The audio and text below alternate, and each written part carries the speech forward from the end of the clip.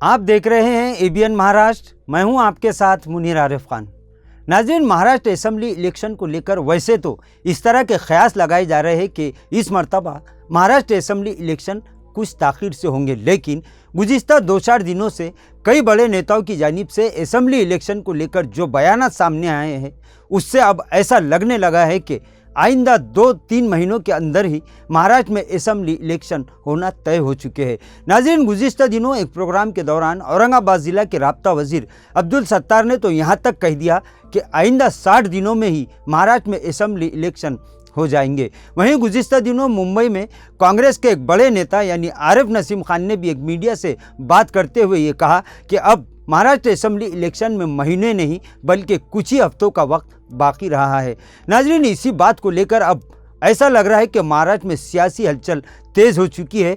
तमामी सियासी पार्टियां और उन पार्टियों के तमामी नेता अब अपनी अपनी तौर पर महाराष्ट्र असेंबली इलेक्शन को लेकर तैयारियों में मसरूफ़ हो चुके हैं। तरह तरह के बयानात सामने आने के बाद अब पूरी तरह से महाराष्ट्र का सियासी माहौल गर्म हो चुका है।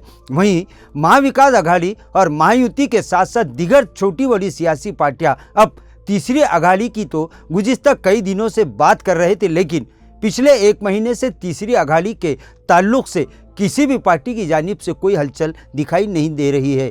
नाज़रीन, वहीं महाराष्ट्र में एक और सियासी पार्टी यानी मजलिस-ए-इत्तेहादुल मुस्लिमीन गुज़िस्ता 2 महीनों से अपने सियासी इत्तेहादी की तलाश में है। कई मरतबा साबिक़ रुकन पार्लियामेंट और मजलिस-ए-इत्तेहादुल मुस्लिमीन के रियासती सदर इम्तियाज़ जलील कई मरतबा प्रेस कॉन्फ्रेंस ले चुके हैं और इस प्रेस कॉन्फ्रेंस के दौरान उन्होंने महाविकास आघाड़ी में शामिल तीनों ही पार्टियों को ये कहा है कि वो किसी भी तरह से एमआईएम को अपने साथ ले ताकि बीजेपी को इख्तिदार से बेदखल किया जाए। नाज़रीन, वैसे तो कई मरतबा इम्तियाज़ जलील महाविकास आघाड़ी से इत्तेहाद की बात कर चुके हैं। वो इस बात पर जोर दे रहे हैं कि महाविकास आघाड़ी इन्हें किसी भी तरह से अपने साथ में ले और इसके लिए एमआईएम की जानिब से ये भी कहा गया है कि वो सीटों के बंटवारे पर कोई ज़बरदस्ती नहीं करेगी, बल्कि अपनी ताकत के हिसाब से जितनी भी अगर कम भी सीटें दी जाए तो एमआईएम इसके लिए तैयार है। लेकिन गुज़िस्ता एक प्रेस कॉन्फ्रेंस के दौरान इम्तियाज़ जलील ने इस बात का भी खुलासा किया और इस बात का दावा किया कि उन्होंने इस सिलसिले में महाविकास आघाड़ी के बड़े नेताओं से बात भी की है और उनकी तरफ से पहले तो पॉजिटिव रिस्पांस मिला, लेकिन अब महाविकास आघाड़ी की जानिब से खामोशी इख्तियार की गई है।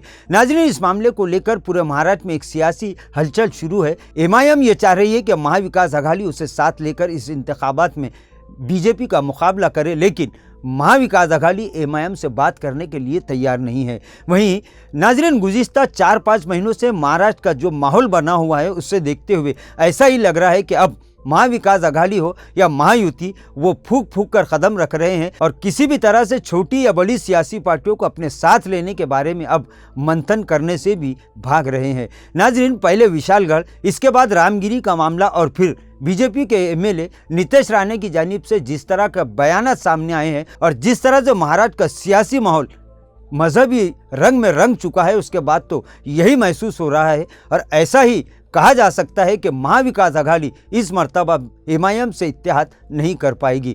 नाज़रीन, एमआईएम गुज़िस्ता कई दिनों से यानी कई हफ्तों से आने वाले असेंबली इलेक्शन को लेकर तैयारियों में मसरूफ़ हो चुकी है। वहीं वो किसी तरह से तमामी छोटी पार्टियों को आपस में मुत्तहिद करने के लिए और उनसे इत्तेहाद करके तीसरी आघाड़ी बनाने की कोशिशों में भी मसरूफ़ है। लेकिन अब क्योंकि आने वाले 2 महीनों में ही महाराष्ट्र में असेंबली इलेक्शन होने का मामला तय हो चुका है, लिहाजा अब इस बात के कमी इम्कानात दिखाई दे रहे हैं कि एमआईएम किसी के साथ सियासी इत्तेहाद करने में कामयाब हो पाएगी, क्योंकि महाविकास आघाड़ी इस ताल्लुक से कोई बात करने के लिए तैयार नहीं है। वहीं एमआईएम कई मरतबा इस बात को कह चुकी है कि वो महाविकास आघाड़ी से यानी कांग्रेस, राष्ट्रवादी शरद पवार और उद्धव ठाकरे की शिवसेना से एमआईएम इत्तेहाद करने के लिए बेचैन है, लेकिन महाविकास आघाड़ी में शामिल ये तीनों ही पार्टियां इस ताल्लुक से कोई बात करने के लिए अब तक तैयार नहीं हुए हैं। नाज़रीन, अब आने वाले चंद दिनों में ये पूरी तरह से साफ हो जाएगा कि महाविकास आघाड़ी और एमआईएम में सियासी इत्तेहाद होगा या नहीं। वहीं गुज़िस्ता दिन एक प्रेस कॉन्फ्रेंस के दौरान इम्तियाज़ जलील ने इस बात का भी ऐलान किया कि उन्होंने महाविकास आघाड़ी को अपने साथ इत्तेहाद में लेने के लिए 8 सितंबर तक का वक्त दिया है। अब उन्होंने ये भी कह दिया है कि अगर 8 सितंबर से पहले इनकी इस ख्वाहिश पर, इनकी इस बात पर कोई पॉजिटिव रिस्पांस नहीं मिला तो फिर वो महाराष्ट्र में ज़्यादा से ज़्यादा असेंबली सीटों पर तन्हा इलेक्शन लड़ने के लिए भी तैयार है। लेकिन वहीं इस बात के भी संकेत मिल रहे हैं कि महाविकास आघाड़ी पूरी ताकत के साथ महायुति को पटकी देने के लिए तैयारियों में जुट चुकी है। अब देखना ये है कि चाहे वंचित बहुजन आघाड़ी हो, MIM हो या फिर दीगर छोटी सियासी पार्टियां जो महाराष्ट्र में इस मर्तबा कुछ नया करने के फिराक में है, लेकिन अब तक इस मामले में कोई ठोस हलचल दिखाई नहीं दे रही है। नाजरीन, वैसे अब इलेक्शन के करीब आते आते ये सारी बातें साफ हो जाएंगी, लेकिन इसके लिए बस इतना ज़रूर है कि आगे आगे देखिए होता है क्या। नाजरीन, आज के लिए बस इतना ही। फिर मुलाकात होगी कुछ नई वीडियो के साथ। तब तक के लिए हमें इजाज़त दीजिए। अल्लाह हाफिज़।